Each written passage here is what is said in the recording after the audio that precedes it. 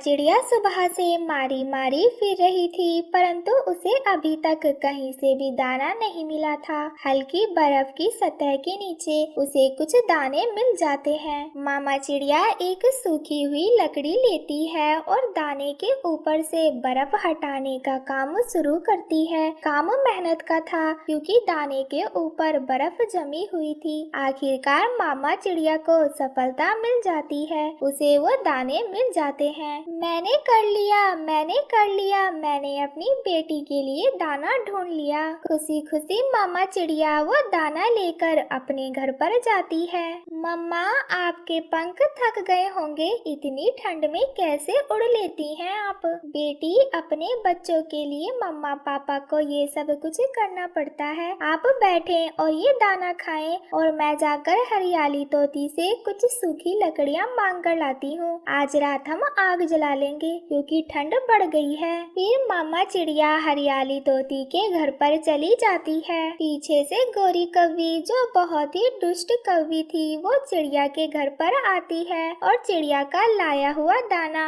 गुड़िया से छीन लेती है। हटो, तुम्हारा पेट अभी तक भरा नहीं, दूसरे को भी खा लेने दो। परंतु आंटी, ये दाना मेरी मम्मा ढूंढ कर लाई है। भला ऐसे कोई किसी से भोजन छीनता है क्या? मैं छीनती हूँ, मैं गोरी कौवी। ऐसा कहकर गोरी कौवी दाना लेकर वहाँ से भाग जाती है। रानो चिड़िया भी हरियाली तोती से सूखी लकड़ियाँ ले लेती है। रानो बहन, क्या आपको दाना मिल गया है आज? हाँ हरियाली बहन, मैं तो भूखी हूँ, परंतु मेरी बेटी के लिए दाना मिल गया था आज। ऐसा कहकर मामा चिड़िया वो सूखी लकड़ियाँ लेकर अपने घर पर जाती है। मम्मा, उस कौवी ने मेरा दाना भी छीन लिया और मुझे मारा भी। कौन? वो गोरी कौवी? हाँ मम्मा, वो मेरा दाना छीन कर ले गई है। रुको तुम, मैं अभी जाकर पूछती हूँ उससे। गुस्से में मामा चिड़िया उन कौवों के घर पर जाती है। खा ले मेरे जग्गू बेटे, पेट भर कर खा ले, ये दाना मैं छोटी चिड़िया की बच्ची से छीन कर लाई हूँ।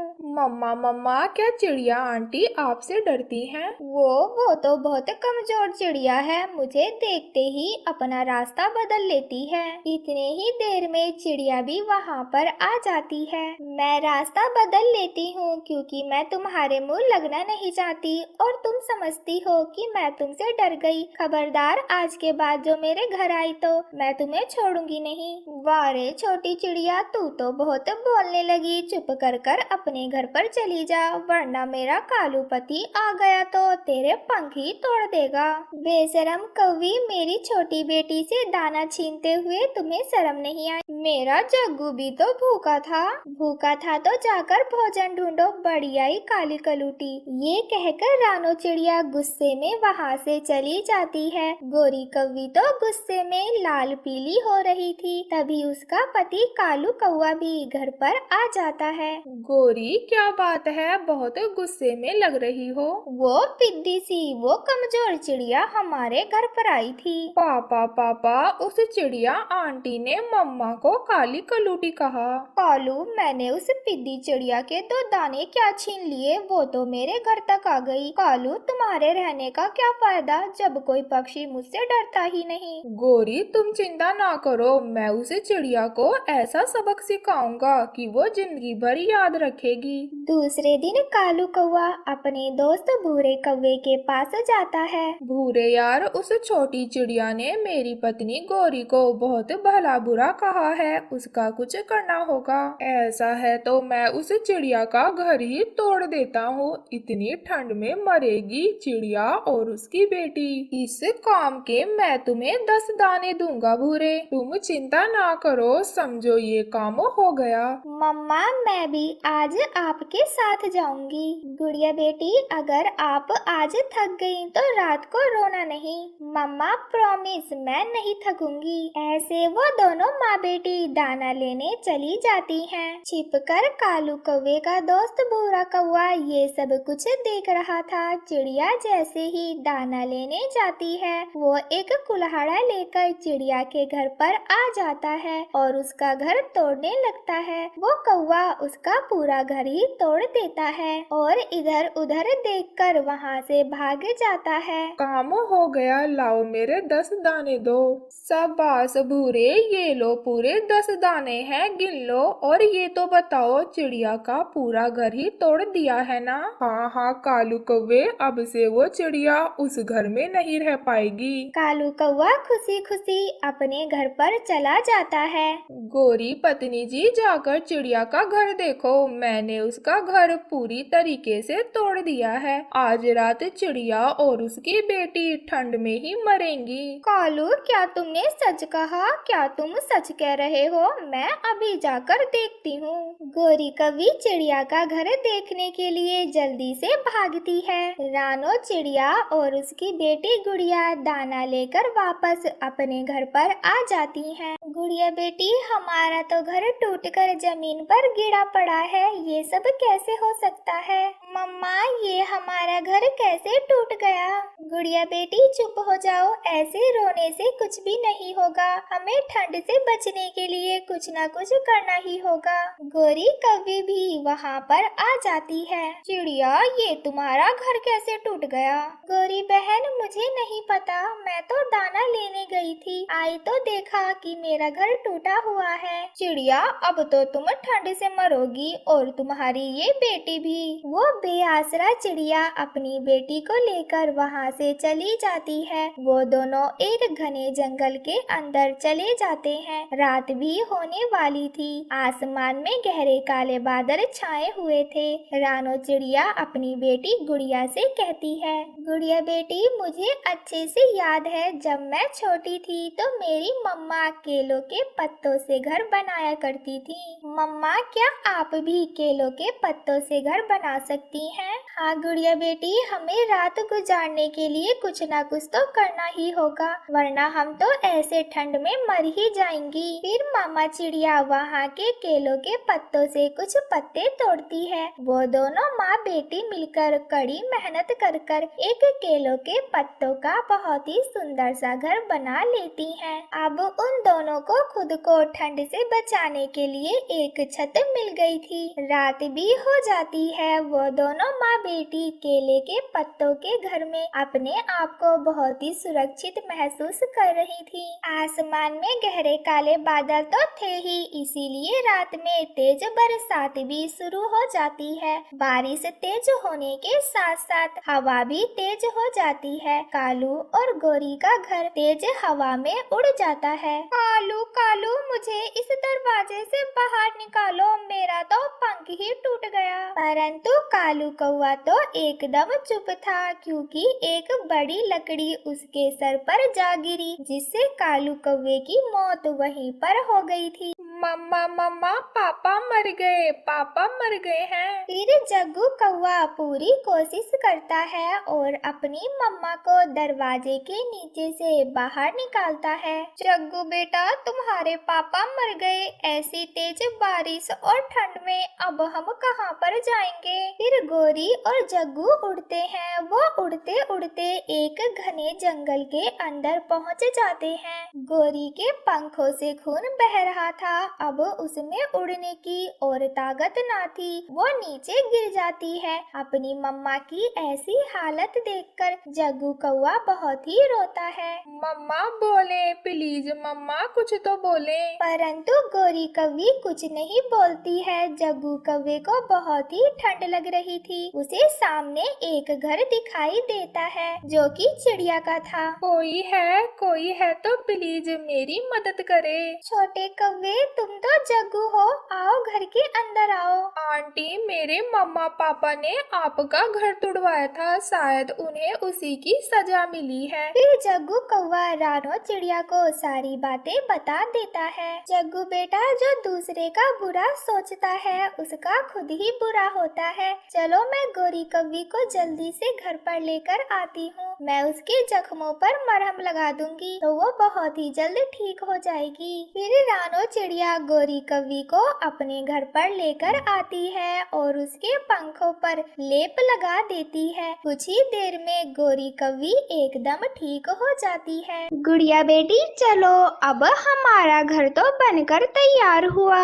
जी मम्मा, हमारे सपनों का घर, ये घर कितना प्यारा है। वो दोनों माँ बेटी ऐसे ही आपस में बातें कर रही थी कि दरवाजे पर दस्तक होती है। गुड़िया बेटी आप बैठे, मैं देखती हूँ इस समय कौन है। रानो जब घर से बाहर आती है तो कालू और गोरी बाहर खड़े थे।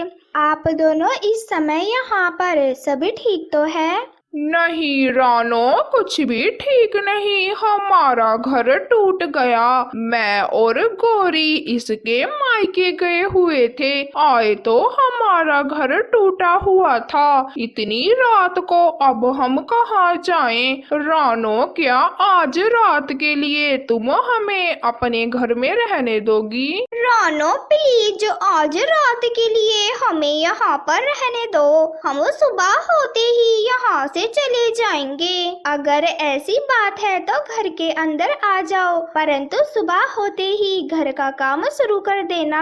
हाँ हाँ रानो चिड़िया, हम सुबह होते ही अपना घोंसले का काम शुरू कर देंगे। फिर वो सब रानो चिड़िया के घर के अंदर आ जाते हैं। रानो चिड़िया, एक नेकी और कर दो, मुझे बहुत जोरों की भूख लगी है, कुछ खाने को दे दो।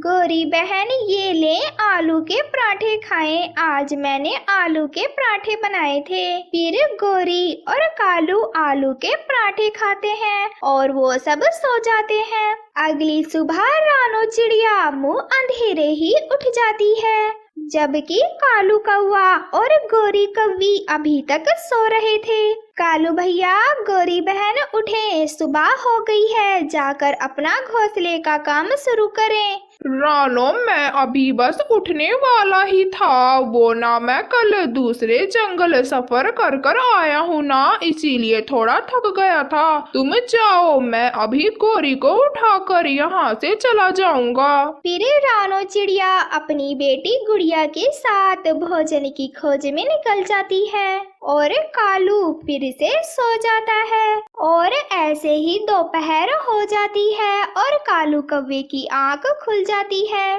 गोरी उठो, देखो कितनी दोपहर हो गई है। हमें जाकर अपना घोंसले का काम भी शुरू करना है। कालू, कितनी अच्छी नींद आई है इस घर में। रानो चिड़िया ने कितना नरम नरम घोंसला बनाया है, मजा ही आ गया। गोरी, ऐसा घोंसला बनाने के लिए मेहनत करनी पड़ती है, जो तुम कभी करती नहीं। कालू, मैं तो कुछ और ही सोच रही हूँ। गोरी, अब क्या सोच रही हो? कहीं तुम्हारा इस घर पर कब्जा करने का इरादा तो नहीं? कालू, तुम्हें मेरी मन की बात का कैसे पता चल गया? मैं तो तुम्हारी रग रग से वाकिफ हूँ। तो कालू, तुम्हारा क्या ख्याल है? गोरी, मेरा भी वही ख्याल है जो तुम्हारा है। कालू, तो हमें बाहर जाने की जरूरत ही क्या है? चलो दरवाजा लॉक कर दो, वैसे भी घर में काफी भोजन पड़ा हुआ है चिड़िया का। जब चिड़िया आएगी तो हम दरवाजा ही नहीं खोलेंगे। फिर गोरी कौवी और कालू कौवा दोबारा से सो जाते हैं। ऐसे ही शाम भी हो जाती है। रानो चिड़िया अपनी बेटी गुड़िया के साथ दाना ढूंढकर आ जाती है। रानो चिड़िया जब आती है तो दरवाजा अंदर से लॉक था। रानो चिड़िया जोर से दरवाजा खटखटाती है। गोरी, लगता है रानो आ गई। तुम ठहरो, मैं अभी उसे यहाँ से भगाती हूँ। क्यों भाई चिड़िया, क्यों ऐसे दरवाजा बजा रही हो? दरवाजा तोड़ना है क्या? रानो चिड़िया तो गोरी की ऐसी बातें सुनकर एकदम हैरान हो जाती है। गोरी, दरवाजा खोलो, मुझे अंदर आना है और तुम अभी तक गए नहीं। क्यों? हम क्यों जाएं अपना घर छोड़कर?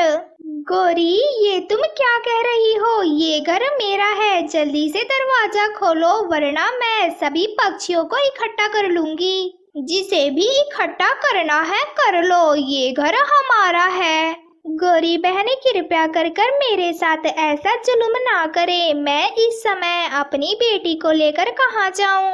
लेकिन गोरी कौवी रानो चिड़िया की एक नहीं सुनती और रानो चिड़िया बंद दरवाजा देखती रह जाती है। रानो चिड़िया के पास कोई दूसरा रास्ता ना था। वो अपनी बेटी के साथ एक पेड़ के नीचे जाकर बैठ जाती है। उस पेड़ के पास एक तरबूज की बेल थी जिस पर 2 तरबूज लगे हुए थे। तभी उस एक तरबूज से एक तितली बाहर आती है। चिड़िया, तुम इतनी उदास क्यों हो? गोरी और कालू ने मेरा घर छीन लिया। अब आप ही बताएं मैं क्या करूं? मैं अपनी बेटी के साथ रात कहां पर गुजारूंगी? चिड़िया, मैं तुम्हारी मदद कर सकती हूँ। परंतु आप कैसे? चिड़िया, अगर तुम चाहो तो मेरे साथ जो तरबूज है तुम उसमें अपना घर बना सकती हो। तितली रानी, मैं एक तरबूज को अपना घर कैसे बना सकती हूँ? चिड़िया, मैं भी इस तरबूज के घर में रहती हूँ। ज्यादा सोचो ना और इस तरबूज के घर में रहने लगो। मुझे तितली रानी की बात मान लेनी चाहिए, वरना मैं इतनी रात को अपनी बेटी को लेकर कहाँ जाऊंगी। फिर चिड़िया उस तरबूज के घर के अंदर चली जाती है। उस घर के अंदर तो चिड़िया और चिड़िया की बेटी को बहुत अच्छा लगता है। अगली सुबह रानो चिड़िया अपनी बेटी गुड़िया के साथ दानों की खोज में निकल जाती है। देखा कालू, मैंने कैसे रानो चिड़िया को डराया। वो दोबारा नहीं आई अपना घर मांगने। गोरी, वैसे तुम हो तो बड़ी शैतान, दूसरों की चीजों पर कब्जा करना कोई तुमसे सीखे। गोरी, चलो अब कहीं से भोजन ढूंढ कर लाएं। रानो का जमा किया हुआ भोजन तुम तो एक ही दिन में चट कर बैठ गई। कालू, तुम मेरे खाने पर नजर ना रखा करो। वैसे ही मैं कितनी कमजोर होती जा रही हूँ। वो दोनों भोजन की खोज में निकलते हैं और भोजन की खोज करते करते वो उसी पेड़ के नीचे आ जाते हैं जहाँ रानो चिड़िया का तरबूज का घर था। गोरी की नजर अचानक से रानो चिड़िया पर पड़ती है। कालू, वो देखो, रानो तरबूज के घर में रहती है। गोरी, तुम्हें चैन क्यों नहीं आता? आखिर तुमने रानो के घर पर कब्जा कर लिया, अब और क्या चाहिए तुम्हें उससे? गोरी को रानो का तरबूज का घर बहुत ही पसंद आया था। उसका तो मन कर रहा था कि वो रानो चिड़िया से ये घर भी छीन ले। गोरी, देखाई उस रानो चिड़िया को। कालू, अब मैं तुम्हें क्या ही बताऊं उस तरबूज के घर के बारे में। अब तो मुझे वही तरबूज का घर चाहिए। गोरी, तुम्हारा कहीं दिमाग तो खराब नहीं हो गया? मैं तुम्हारी इसमें कोई मदद नहीं करूँगा। कालू, तुम्हें मेरी मदद करनी ही होगी। वैसे भी वो घर हम दोनों का होगा और रानो चिड़िया को ये घर मिल जाएगा। परंतु गोरी, रानो कभी नहीं मानेगी। कालू, तो हमें कौन सा उसका घर मांगना है? हमें तो बस कब्जा करना है उसके घर पर। परंतु गोरी, वो कैसे? कालू जी, वो सब आप मुझ पर छोड़ दो। कालू, अब जल्दी चलो, मुझसे ज्यादा इंतजार नहीं हो रहा है। आज रात मैं उस तरबूज के घर में ही गुजारूंगी। फिर वो दोनों तरबूज के घर की तरफ निकल जाते हैं। रानो चिड़िया, जल्दी मेरी बात सुनो, बहुत जरूरी बात है। और रानो चिड़िया गोरी की आवाज सुनकर घर के बाहर आ जाती है। अब क्या बात है? अब क्यों आई हो मेरे पास? रानो, मैं तुम्हें ये बताने आई हूँ कि हरियाली तोती की तबीयत बहुत ही ज्यादा खराब है और तोता कह रहा था कि वो अपनी आखिरी सांसें गिन रही है। गोरी की बातें सुनकर रानो चिड़िया अपनी बेटी गुड़िया के साथ भागी भागी हरियाली तोती के घर पर जाती है। गोरी, इस बार रानो चिड़िया खामोश नहीं बैठेगी, तुम बाज आ जाओ अपनी हरकतों से। जब रानो हरियाली तोती के घर पर पहुंचती है तो हरियाली तोती एकदम ठीक थी। हरियाली बहन, क्या हुआ है तुम्हें? रानो, मुझे तो कुछ नहीं हुआ, मैं तो अच्छी भली हूँ तुम्हारे सामने। गोरी ने एक बार फिर मुझे धोखा दे दिया। क्या हुआ रानो? मैं तुम्हें बाद में बताऊंगी, अभी मुझे जल्दी से जाना होगा। फिर रानो चिड़िया अपनी बेटी गुड़िया के साथ जल्दी से वहाँ से उड़ती है। गोरी और कालू, तुम दोनों घर के अंदर कैसे घुसे? चलो निकलो यहाँ से। वो तो अब हम यहाँ से नहीं निकलेंगे, जाओ और जाकर ले लो अपने पहले वाला घर। रानो चिड़िया वहाँ से खामोशी से चली जाती है। ये रानो चिड़िया इतनी खामोशी के साथ कैसे चली गई? इसने तो कोई शोर भी नहीं किया। गोरी, मुझे तो लगता है कि रानो की खामोशी हमें ले डूबेगी। तुम कभी कोई अच्छी बातें ना निकालना मुंह से, जैसी काली शकल वैसी बातें भी करते हो। फिर रानो चिड़िया अपनी बेटी गुड़िया के साथ अपने पुराने घर में रहने लगती है। इन दुष्ट कौवों ने तो फिर से रानो का घर छीन लिया, मुझे इन्हें अच्छा सबक देना पड़ेगा। फिर तितली उनका तरबूज का घर तोड़ देती है। हाय कालू, मैं मर गई, मैं दबकर मर गई, हमें तो किसी बुरे काम की सजा मिली है। गोरी, हम जो रानो के साथ करते हैं हमें उसी का फल मिला है। दूर किसी जंगल में टोनी चिड़िया अपने बेटे चीकू के साथ रहती थी। कुछ दिनों से टोनी चिड़िया बहुत बीमार थी, इसीलिए बरसात आने से पहले वह अपने लिए सुरक्षित घर नहीं बना पाई थी, इसीलिए वह बहुत ज़्यादा परेशान थी। और फिर टोनी चिड़िया अपने बेटे चीकू से कहती है, चीकू बेटा, सब पक्षियों ने अपना अपना घर बना लिया है, लेकिन हमारे पास घर नहीं है। अगर बरसात शुरू हो गई तो हम क्या करेंगे? अम्मा, आपने तो मुझे घर बनाना सिखा ही रखा है, मैं आज से ही अपना घर बनाने का काम शुरू कर देता हूँ। लेकिन चीकू बेटा, तुम एक बार दूर बर्फीले पहाड़ पर जाओ, वहाँ एक पक्षी रहता है, छमछम नाम है उसका, बारिश का पक्षी है। तुम जाओ और उससे पूछ कर आओ कि बरसात कब से शुरू होने वाली है। मम्मा, जो पहाड़ पश्चिम की तरफ है। हाँ चीकू बेटा, वहीं रहता है बरसात का पक्षी। फिर चीकू बर्फीले पहाड़ पर छमछम नामी पक्षी से बरसात के बारे में जानकारी लेने चला जाता है। चीकू तो बहुत खुश था, क्योंकि आज वो पहली बार इतने लंबे सफर पर जो जा रहा था, उसे उड़ने का बहुत शौक था। उसने नया नया जो उड़ना सीखा था। चीकू तो बहुत तेज उड़ता है, वो थकता भी नहीं है। और फिर चीकू जल्द ही बर्फीले पहाड़ पर पहुंच जाता है। चीकू इधर उधर देखता है, लेकिन उसे तो वहाँ कोई पक्षी दिखाई नहीं देता। वो बहुत ज़्यादा निराश हो जाता है और ऐसे ही बैठा हुआ था कि वहाँ एक पक्षी आ जाता है। छोटी चिड़िया के बच्चे, तुम यहाँ क्या कर रहे हो बर्फीले पहाड़ पर? मैं यहाँ बरसात का पूछने आया था छमछम अंकल से, लेकिन मुझे तो वो कहीं भी नहीं दिखाई दे रहे। ये सुनकर वो पक्षी हंसने लगता है। छोटे पक्षी, मैं ही छमछम हूँ, लेकिन तुम अकेले आए हो इतनी दूर से, तुम्हारे मम्मा पापा नहीं है क्या? मेरे पापा वो तो तभी मर गए थे जब मैं अंडे से बाहर भी नहीं आया था, और मेरी मम्मा कुछ दिनों से बीमार है, इसी कारण हम अपना घर भी नहीं बना सके। मम्मा बहुत परेशान थी, इसीलिए मम्मा ने मुझे आपके पास भेजा है कि बारिश का पूछ के आऊं कि बारिश कब आएगी। छोटे पक्षी, मुझे बहुत दुख हुआ सुनकर कि तुम्हारे पापा इस दुनिया में नहीं और तुम्हारी मम्मा बीमार है, लेकिन उससे भी बढ़कर मुझे इस बात की परेशानी हुई है कि तुम्हारे पहाड़ों वाले जंगल में तो बरसात कल से ही शुरू हो जाएगी और तुम्हारे पास घर भी नहीं है। बस ऐसा ही सुनना था कि चीकू तो रोने लग जाता है। अब हम क्या करेंगे? मम्मा तो पहले ही बहुत परेशान थी, अब हम कहाँ जाएंगे अगर बरसात शुरू हो गई तो? चुप कर जाओ छोटे पक्षी, मैं तुम्हारी जरूर मदद करूँगा।